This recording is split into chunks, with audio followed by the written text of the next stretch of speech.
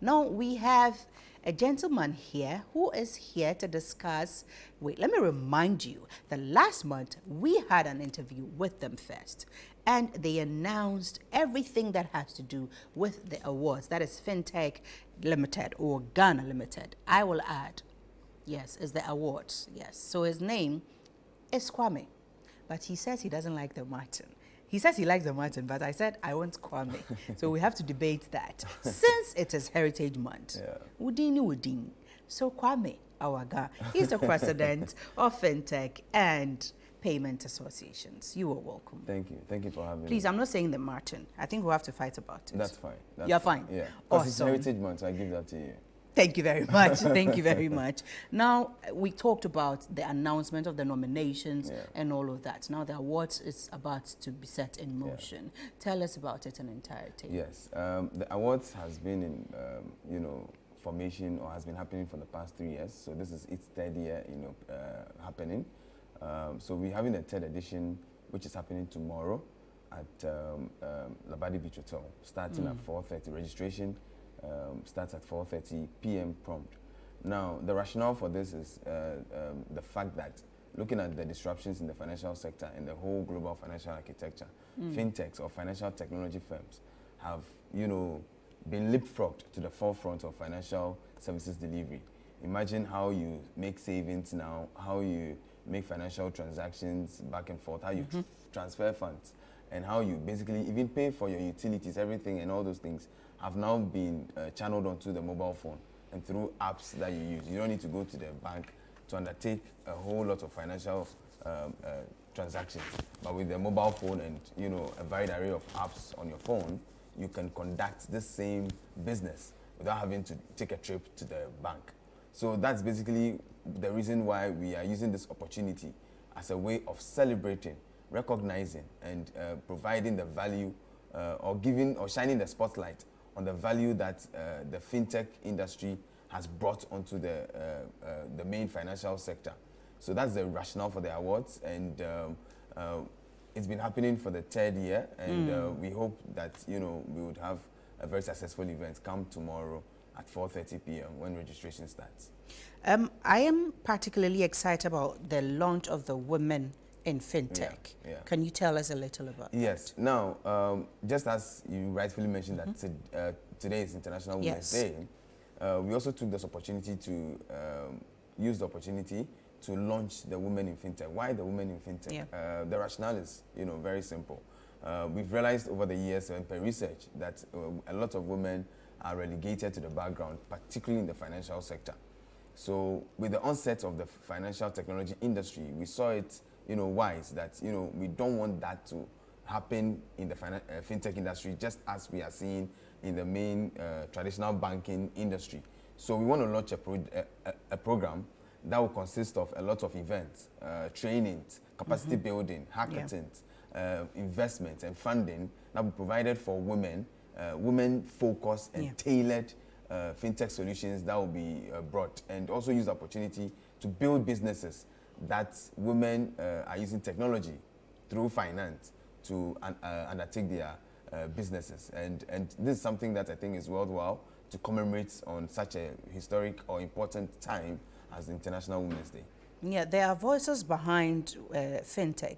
Are they the ones you are naming as the top fintech voices? That's another magazine we're launching. Now, in our research, we've realized that a lot of people don't know about fintech. And a lot of people don't know about the brains behind this innovative solutions. So we are launching a magazine on the day as well, which is tomorrow, which will spotlight the CEOs and the executives who have taken the charge upon themselves and have been very resilient when it comes to developing solutions that make our lives faster, seamless, and very interesting when it comes to financial services delivery and how we approach the financial sector architecture in terms of the changing dynamics in the global financial landscape.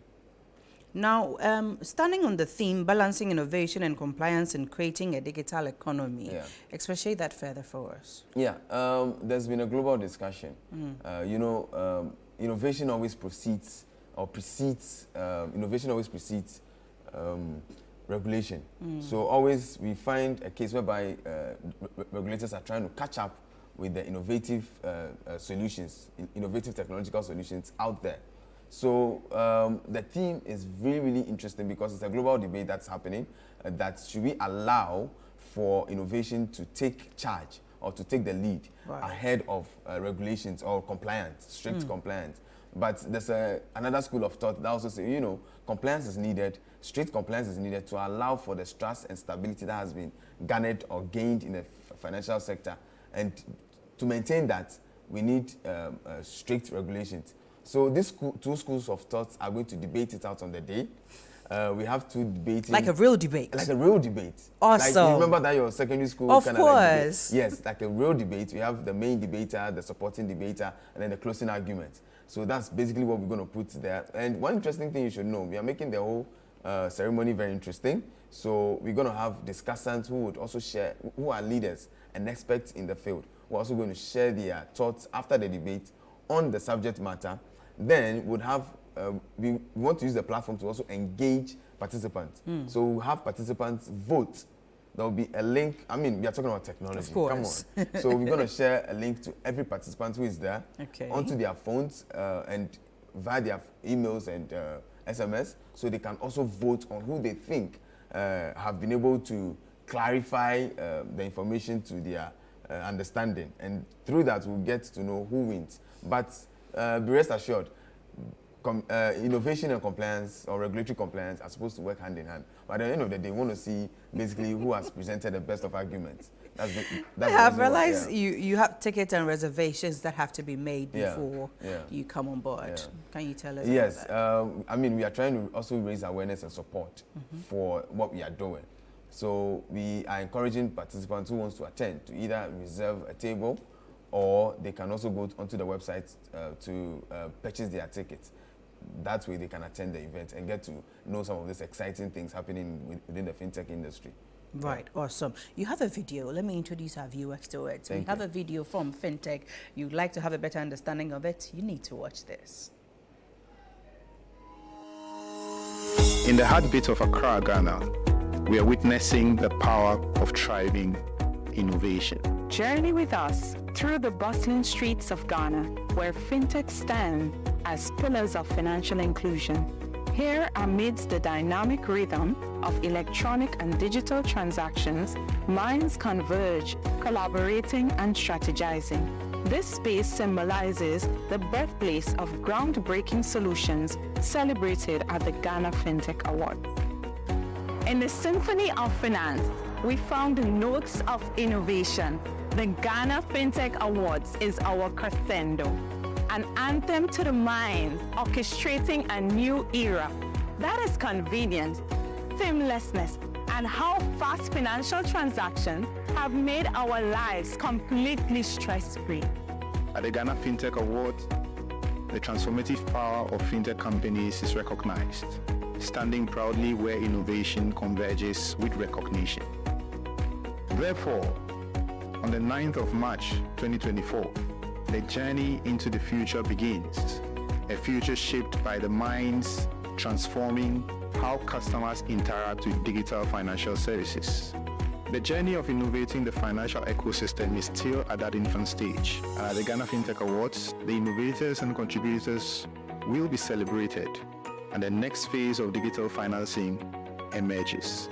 Even in local markets, electronic transactions weave seamlessly into the fabric of everyday life. As knowledge partners of the Ghana Fintech Awards, we at KPMG recognize the impact these innovative digital financial services have on businesses and everyday consumer lives. Together with our sponsors, we are excited to honor those who redefine the boundaries of what's possible. Visit our official website for more information and to secure your place at the innovation revolution.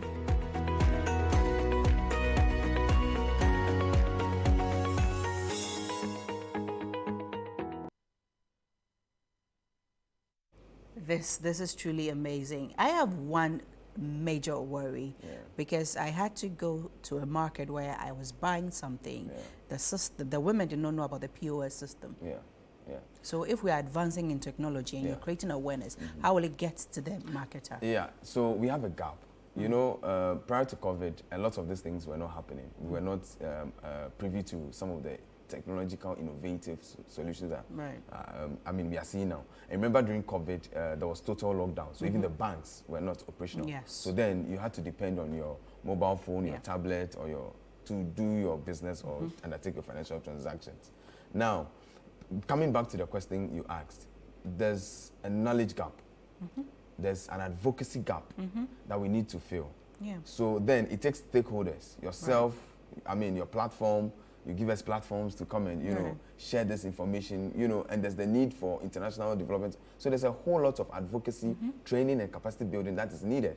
That is why you mentioned women in fintech. That's one of the reasons why we think it's very essential for us to have such programs to go out there. So we can also go out there and, you know, educate the people on how to even use the POS, how to use the apps. So that is something that the association is taking very seriously, and we are hoping forward to, you know, whenever we knock on your doors as media, you can also support us in sending out this information to the public. Because there's a knowledge gap there, and we need to ensure fill that the gaps. fill that gap to be able to get the message down to the people.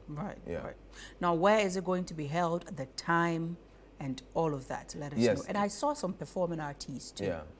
Yeah, we have some underground artists coming through. King Easy.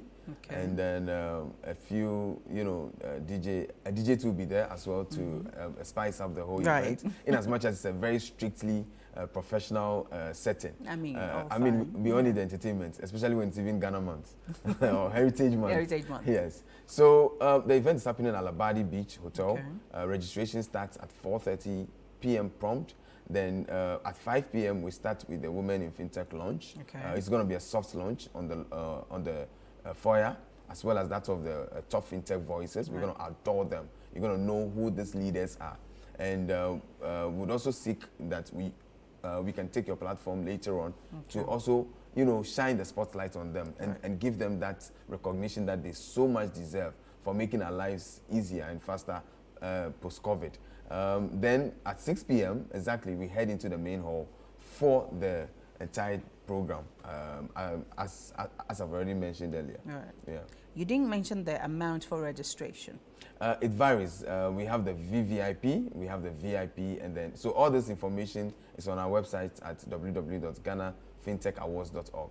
All right. Your final words before we take leave. Well, I'd like to take this opportunity to thank our sponsors, Ghana Commercial Bank, and then we have Cloud Mania or Liquid. We have InfoSec Africa, VIA, and a few others who are, you know, supporting this event to make it what is expected of. Okay. Thank you so much for coming through and letting us know about women in fintech especially. Thank you for the great job you're doing. We have been speaking to Martin Kwame Awaga, and he is the Ghana Fintech and Payments Association President.